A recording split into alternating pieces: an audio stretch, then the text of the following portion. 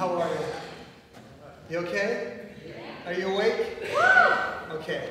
I'd like you to think about, between the time you were 4 and the time you were 18, who is the adult, outside your family, who encouraged you the best or blessed you the best?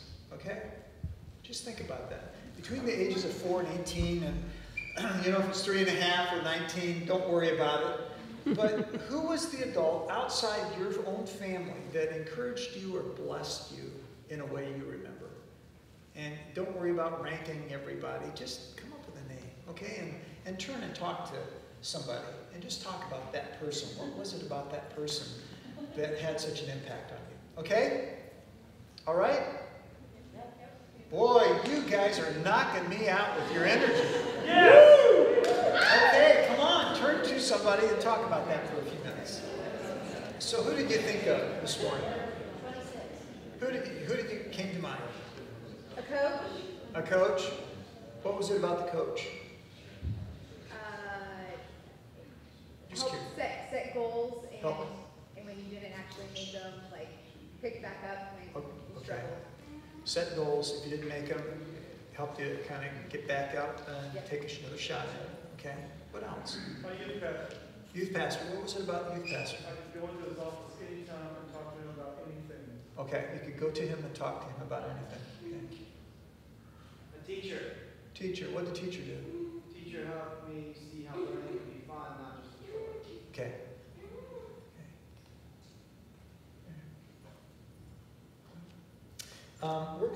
We're beginning a series on what God knows about kids, and let me read the story this morning. And there are, I want you to know that if you look in the Gospel of Luke, in the 2nd chapter, there are actually several stories about Jesus as an infant. And what these stories tell us is that Jesus' parents, Mary and Joseph, were very observant Jews, okay? Sometimes as Christians, we sort of act like Christianity kind of dropped out of a cloud. And the reality is we were a part of Judaism. And so Jesus was raised in the home of observant Jews, and we see that in a couple of ways. He's 8 days old, he's circumcised, just as the Jewish tradition and law demanded. He was given his name on the 8th day. Then in the Gospel of Luke, we're told that the firstborn male child, was regarded as belonging to God. And there's a sexist part of that that's really irritating. It just kind of makes my skin crawl every time I hear that. But it was an ancient people's way of saying that every child is a gift of God. And so the firstborn male child, what the parents would do is there was a period of time, I think it was about 33 days, where they would go to the temple and they would actually buy the child back from God. And the way you did that is you made an offering, and most of the time you would make an offering of a lamb, but if you were really of modest income, didn't have a lot of money, you could also offer 2 turtle doves or 2 pigeons. That's what Mary and Joseph do, and so that's a reminder that they do not have a lot of money. And then the third thing was to happen is a woman was considered ritually unclean after giving birth. And there was a period of time for that, for a male child and for a female child. And then the woman would, at the end of that period, she would go to the Jerusalem temple, and she would also, again, she would offer a sacrifice. And so that tells us that Jesus' parents were observant Jews, and in fact, they were courageous people, because remember, there was a megalomaniac, paranoid murderer named Herod on the throne who was looking for any child who might be a pretender to the throne. And so Mary and Joseph actually go back to the temple in Jerusalem with their child. So they're persons of great courage. There's a second story then before we get to the text, okay? And the second story is this. Mary and Joseph are in the temple that brought Jesus there. And while they're there, there's an old man named Simeon. And Simeon has waited and waited and waited and waited for a sign that God is going to do something new, to heal Israel, to give the people hope, to show them a way. And in fact, not just Israel, but the whole world. And so Simeon waits and waits and waits in the temple, and he is there, interestingly enough, when Mary and Joseph bring their son to the temple. And so before the reading today, if you look at verse 25, This man was described as righteous and devout. He eagerly anticipated the restoration of Israel. The Holy Spirit revealed to him that he wouldn't die before he had seen the Lord's Christ. And this old man is in the temple, and Mary and Joseph are there with their infant child. And one of the things we're told is Simeon took Jesus in his arms and blessed him. I have this image of kind of an old guy who can hardly stand up. You know, there's a sweet fella and over in the sanctuary who every time I see him, he has to pull on the chair in front of him to pull himself up, you know. So he has to pull himself up on a hymnal, and every time he sees me, he addresses me this way. There's my pastor, he says. And he can barely stand up. And I sort of imagine it's like that. Simeon sort of wobbles, but he holds this baby, and he says this. He says, now I can die because I've seen the one who was to come. Because my eyes have seen your salvation, you prepared the salvation in the presence of all peoples. It's a light for revelation to the Gentiles. Listen to this. Jesus comes for the people outside the church. Do you hear that? Yes? Yeah. And a glory for your people Israel, a glory for those of us inside. Then, interestingly enough, there's a woman named Anna who's a prophetess. This little old lady waits in the church every day, all day long, worshiping and praying. There are maybe not people quite like that in our church, but there are people who are sort of there every time the door is open. And she's been waiting and waiting and waiting and waiting to see a sign from God. And she sees this little boy being held by his parents. And she comes over and she begins to sing a song of praise to God. And everyone she can find, she tells about Jesus. Now, we're not to the sermon yet, okay?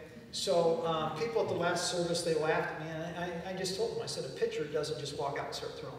So we're in the warm-up stage here. Okay, this isn't the sermon. This is the pre-sermon. I want you to know, as we talk about kids, never underestimate the power of a blessing. All right? Never underestimate the power of a blessing. I've told you before, and that's why I'm telling the story of Simeon and Anna. I just think that's incredibly important. I think adults are very busy. We move very quickly. And sometimes we need to slow down and bless the children who cross our paths. I've told you before, we've got 3 grown sons. I think their lives were shaped in immeasurable ways by Kenny and Beverly Mumby, who lived next to us on the south side of Mishawaka, Indiana. We're just on the edge of the country. And Kenny and Beverly would welcome our kids. Our boys were energetic, and they were verbal, and they were welcomed in their yard, and they were welcomed in their garden. And oftentimes in the summer or after Kenny would get home from work, our boys would be out there in the garden with them, and they would talk with them. Kenny would get into tomato fights with them, and then Beverly would help our boys burn things, and in a safe way. And they loved God. They loved God, and they loved our boys. And whatever was going on in the lives of Michael or Nathan or Brian was important to Kenny and Beverly. And I think it changed their lives. Never underestimate the power of a blessing. Sharon and I, 4 weeks ago, we were at Lake Webster in Kosciuszko County, and our family, not us personally, but my extended family, has a cottage 5 doors down from the swimming area of our senior high camping facility. And Sharon and I were there alone on a Sunday night, and I heard music outside from the auditorium. It's about 2 blocks away from our cottage. And I, in a previous life, was a speaker at Senior High Institute, and I was on the Dean's Task Force, long story. And I said to Sharon, I hear music up there. I wonder what's going on. I wonder who's playing. I wonder what group this week is in senior high camp. And I said, you want to walk with me? She said, well, who's up there? I said, I don't know. That's why I'm walking up. And so we walked up there, and as we walked into the auditorium, there were a couple hundred senior high kids, and they're worshiping down the front. And so we stood in the back of this large auditorium, and then as Sharon turned and looked over there, and there were some posters with a young Christian musician, Matt McCoy. His picture was there. And she said, look, it's Matt McCoy, and there was a big table with his CDs stacked up that you could buy them. And the story is this. 12 or 13 years ago, when Matt was 17 years old, he was a high school kid at Wawasee High School. And our church at that time, the church I served, was looking for a worship leader. And Matt showed up to apply. And there was a 30-year-old, and there's a 28-year-old, there's a 25-year-old, and then there's a 17-year-old kid from Wawasee High School. And he begins to work with the team, and I'm telling you, he was an amazing musician. He was incredibly humble, and he was solid and grounded in his faith. It wasn't about him. It wasn't about his ego. It was about the chance to worship with us. In fact, as he worked with the group, he took off his shoes. And there were 4 of us who sat in the back of a large sanctuary. We watched this all happen. At the end of the set, we turned to each other and we said, this makes no sense. We have no business doing this, but he is the guy. And so we hired him. Well, anyway, after the worship set was done that night at Institute, or at the senior high camp a couple weeks ago, Sharon and I walked down the aisle, and I walked up on the stage, and I said to Matt, Matt, it's Mark Fenstermacher. And he just was stunned. He took a step back. He said, I wondered, so good to see you. He said, I wondered where you are. I wondered if you were still in ministry. I wondered where you lived. I think about that time at Trinity. And he said, it's so good to see you. So we began to talk. There was a security person next to me who, because I didn't have a band or a span, I wasn't, and she was very nervous. And she said to both of us, how do you two know each other? She was about ready to call for help to get me away. And he said, this is what he said. This is the guy who gave me a chance.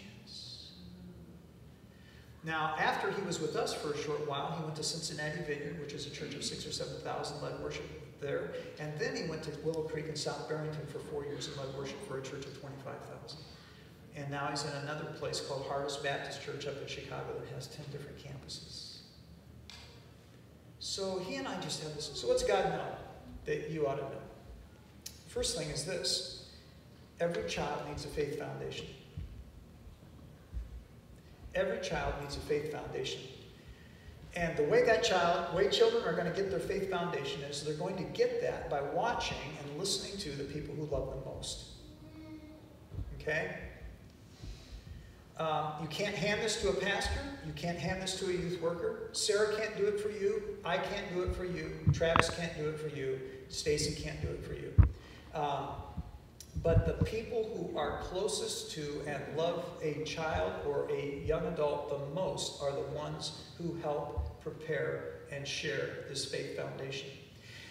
Children and young adults learn how to worship by watching us. They learn how to pray by hearing us. They learn what it looks like to give. They learn what it's like to forgive. They learn what it's like to work through difficult things in relationships by watching us. They learn the stories of faith by listening to us talk about the stories of faith.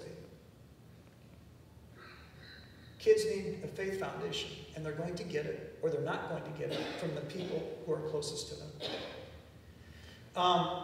And what's going to happen is they're going to get that on a repetitive basis, a regular basis. It cannot be an occasional thing. This is a huge deal, and I had a conversation after the last service with a young mother from Ohio who came up to me with tears in her eyes, and she said, I just happened to be here this morning visiting family. She said to me, you need to know this is the first summer where we canceled almost every activity outside of our family. And just said, we're going to get off this treadmill. So it's got to be regular and it's got to be repetitive. It cannot be occasional. You can't suddenly kind of be in church 3 times a year or go to a Bible study 4 times a year and suddenly expect your child to pick this stuff up. They won't. And so, for example, in the reading today, we're told that Mary and Joseph, as is their custom, went up to Jerusalem every year. So kids need a faith foundation.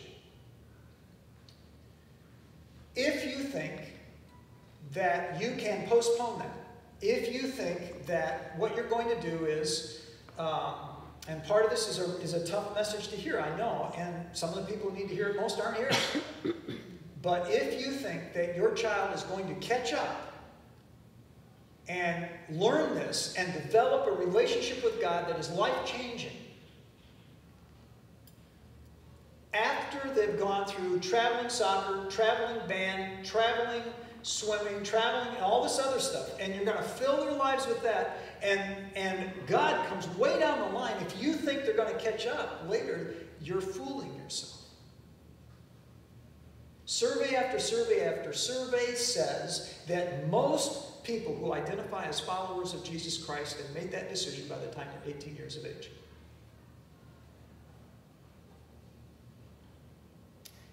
and you don't get a second chance. I've told some of you maybe, my brother, I was with my youngest brother yesterday, and he asked me to be in his wedding in Clearwater, Florida years ago, and so it was a trip from Hades. Long story short, there was a young woman who was engaged to a groomsman who needed to get to Florida, so my brother asked if I would drive her to Florida, driving his car. He was a college student at Upland. It was drive a little Mustang, so I drive my car down from Mishawaka. I pick up this young woman in Upland. I throw my stuff in this little red Mustang. We take off. We have a nice conversation. We're going to pick up a couple from Wilmore, Kentucky, a young seminarian. As I get towards Wilmore in central Kentucky, I realize this transmission is lousy. We are never going to get to Florida. The car literally kind of coasts up to the drive, and we meet this couple who are going to ride with us. These are friends of my brother's. They are newly married, and they're fighting like cats and dogs. And so they alternate between fighting and pouting. It's a lovely thing. And none of them have any money. They don't have any credit, so I'm the only adult with a credit card that can handle rental cars. So at 9 o'clock at night, I'm standing there in a pair of torn shorts, sandals, and a grimy t-shirt, and I'm telling the person at the rental car counter, I need a car now. And she's looking at me. And so we rent a car, we go back to Wilmore, we load it up, we drive, we leave Wilmore at 10 o'clock at night, we get around the south side of Atlanta, have a blowout, we pull over, change the tire, call the rental car business. They say we want you to turn the car in because we want to make sure that it's safe. And so where's the nearest place? Macon, Georgia. We drive to Macon, get lost in Macon. I end up at 5:30, 6 o'clock in the morning, shaving, using soap from a soap dispenser and a Hardee's. We get a new car, we load into that, and we keep driving. The one couple is fighting, and then they're pouting, and I'm telling you, we don't get to Clearwater till 45 minutes before the rehearsal. And we're all real happy. But I was a young pastor. I served the church in Mishawaka, and pastors are very important people, you understand. And so I had already decided I had to go back and preach on Sunday morning. So I actually went into a restroom in the church and I changed out my tuxedo. I left the party early. I got an airport shuttle. I can remember sitting in the airport shuttle looking out the glass at people on Clearwater, on Tampa Bay, windsurfing and on the beach and swimming. As I went back to Mishawaka to preach, because if I didn't preach, the world would collapse. And I remember looking out the glass saying, "You are making a big mistake. You should have stayed at the party. You should have danced. You should have gone back to the dessert table. You should have been with your brother." Guess what? Never got a second chance to do that, right? So if you're a parent and you think you're going to really fill your kid's life with every possible cool thing in the world, and then maybe when they're an adult, they're going to figure out this faith thing, and how do you pray, how do you give, and how do you forgive, and how do you serve, you are fooling yourself. Second thing, and I've already said this, God knows that the people closest to children are the ones who do this. It was a terrible thing when we decided to send kids to Sunday school during worship. And I'm not trying to pick a fight. I know our church has struggled with this, but I'm just telling you, it is destructive. How do kids learn how to worship? How do they learn how to worship? How do you learn how to ride a bicycle? You see, yeah, you're right. You learn how to ride a bicycle by you look at pictures of a bicycle, right? What are the adults doing in that room? Well, they're worshiping. Well, what's that? Well, kids learn how to worship by standing next to a mom or dad or grandma or grandpa, listening to you sing. They understand what prayer is by listening to you pray.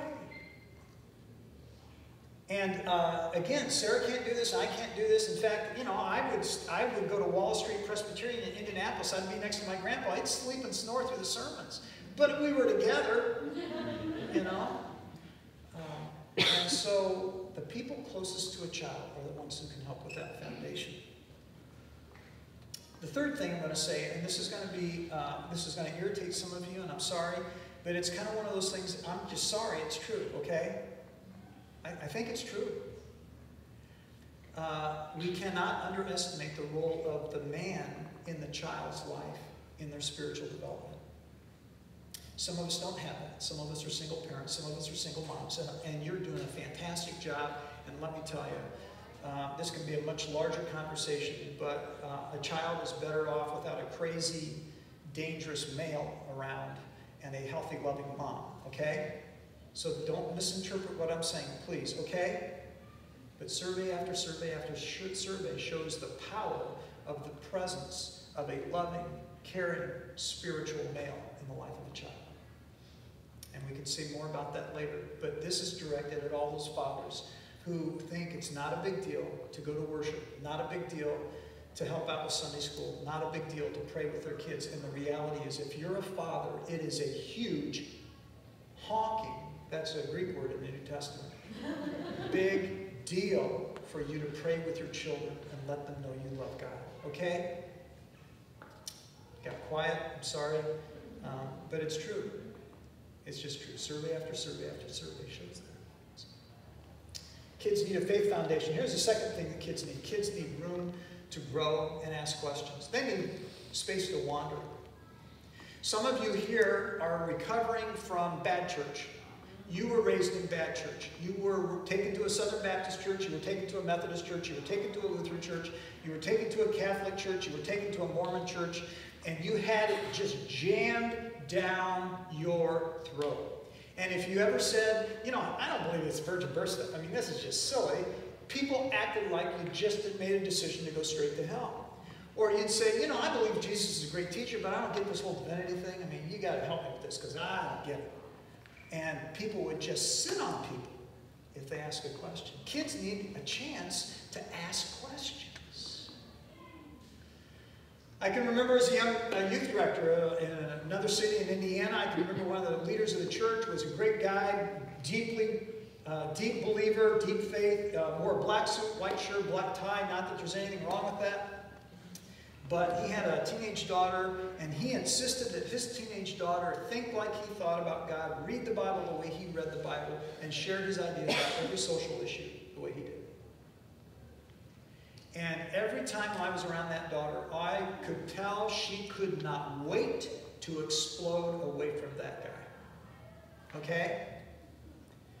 Children need a chance to ask questions. They need a chance to put questions to the people who love them, to their mentors, to people like Sarah and Jim and Travis, and, you know, Ashley. All of us, they need a chance and a place where it's safe to do that. And I think as we talk about our core values and vision, Ashley, I think, you know, we've talked about the fact that one of the things we believe deeply that God calls us to be as a church is a place where it's safe to ask questions, and it's safe to doubt, it's safe to struggle, it's safe to not be sure, it's safe to believe, it's safe to trust, it's safe to love. And so kids need a place to wander. They need a chance to kind of try something on for a while. Let me ask you a question. If you're more than 25 years old, do you feel or see God in the very same way you did 10 years ago or 5 years ago? Right? No. So Jesus is asking questions. This needs to be a place where it's safe to ask questions. The third thing, this isn't in the sermon. I'm tossing this in. The other thing that God knows is that your kid doesn't know everything. Do you know that? Your kid doesn't know everything. And one of the challenges with a lot of parents is they feel intimidated because they feel like they have to have a PhD in early childhood development to say anything to their child. And you need to know that you know things your child doesn't. And they need to hear what you know. So be bold about that. And frankly, and this isn't in the sermon either, okay? Some of the things they need to know are going to be things that may be painful to you.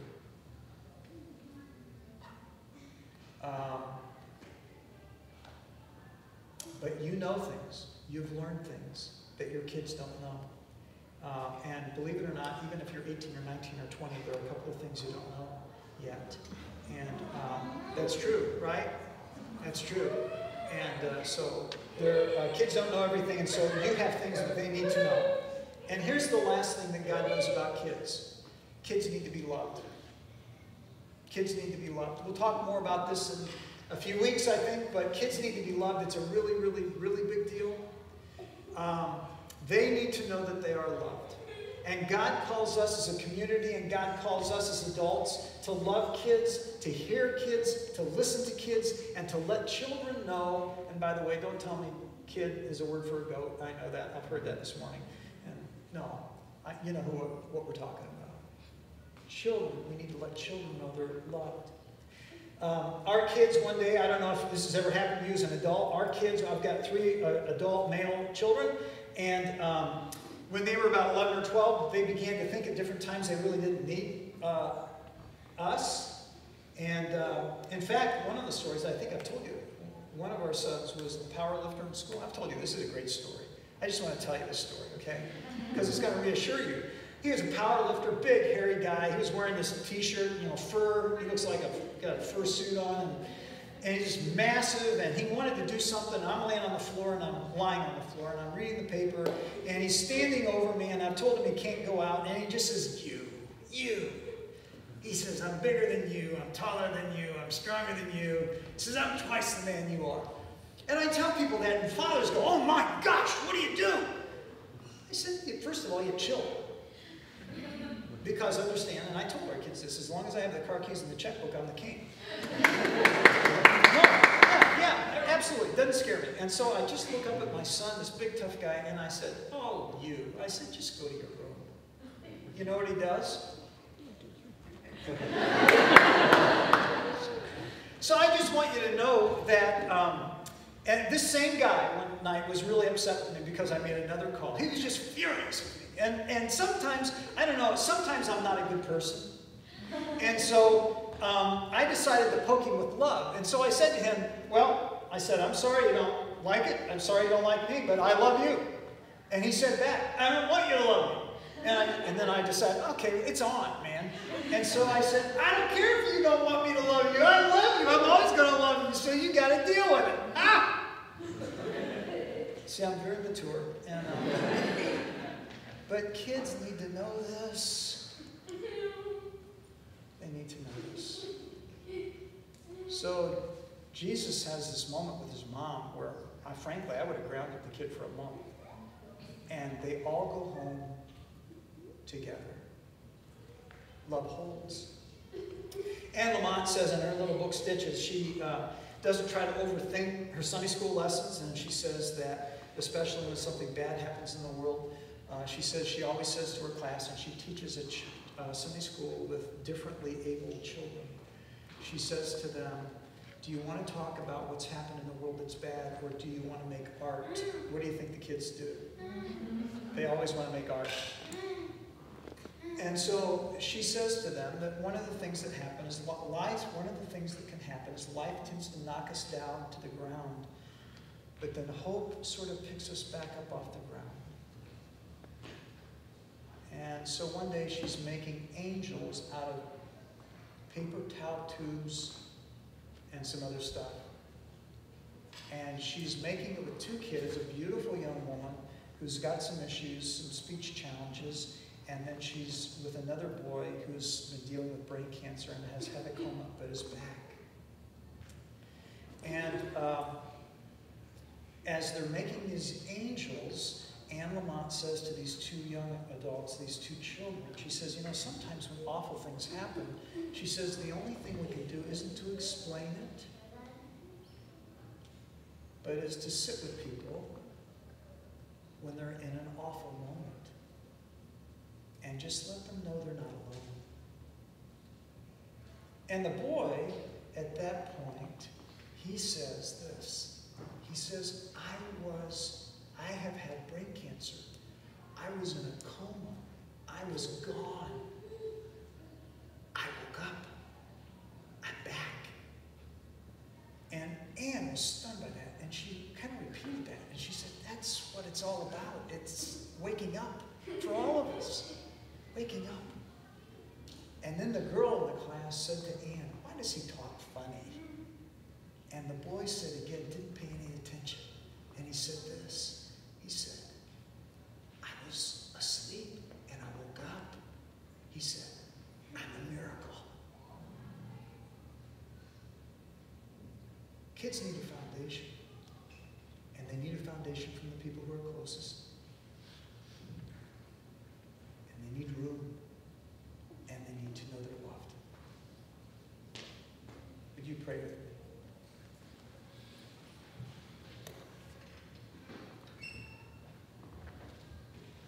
Lord God, I pray this morning. I pray a lot of things. I would pray, God, for those adults here who were, instead of being loved as children, were treated with indifference or perhaps harmed by the people who love them most.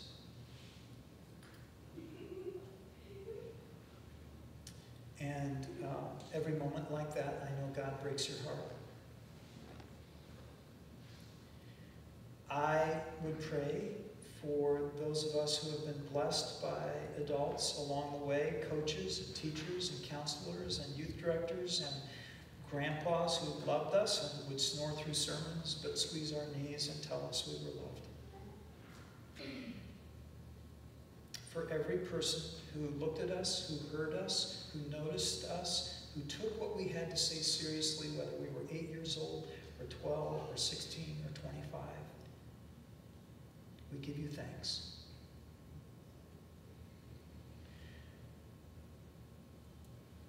God, we live in a world and in a culture that talks a lot about kids, and frankly, we spend a lot of time giving them all kinds of stuff, but what they need is something deeper. And so we would pray that we would be a community that welcomes children, that loves children, that listens to children, that never says to children, you're the future of the church, because they're the present of the church. And that when kids come here, they know they're surrounded by adults who care and respect and love them, and who are open to the gifts the children have to give us. May people in Bloomington know that we care about kids in an extraordinary, gracious, and radical way, just because that's who we are, and that's who you are, Jesus.